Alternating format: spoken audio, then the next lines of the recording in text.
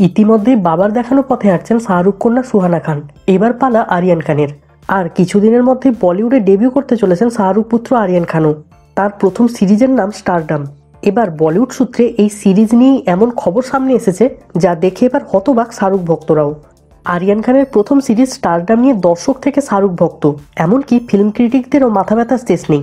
সকলেই আরিয়ান খানের প্রথম কাজ দেখতে আগ্রহী, তাই এটা নিয়ে নানা ধরনের কথা খবর মাঝে মধ্যেই প্রকাশ্যে আসছে।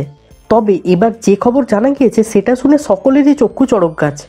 বলিউড লাইফের একটি রিপোর্ট অনুযায়ী আরিয়ান খান পরিচালিত স্টারডাম সিরিজে উঠে আসবে দিল্লির একটি সাধারণ যুবকের কথা, যে দুচোখ ভরা স্বপ্ন নিয়ে বলিউড ইন্ডাস্ট্রিতে আসেন এবং কি করে স্টারডাম পান সেটাই দেখা যাবে এই সিরিজে।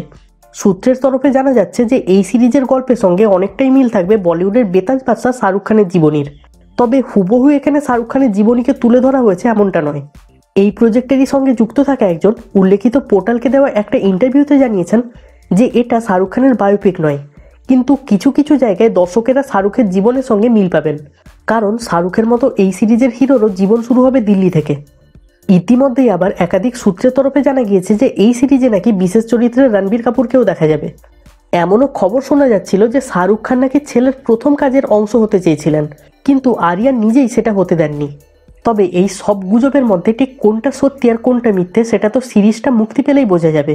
বাকি আরিয়ান খানের এই সিরিজ নিয়ে তোমাদের কার কি মতামত কমেন্ট করে আমাকে অবশ্যই জানিও।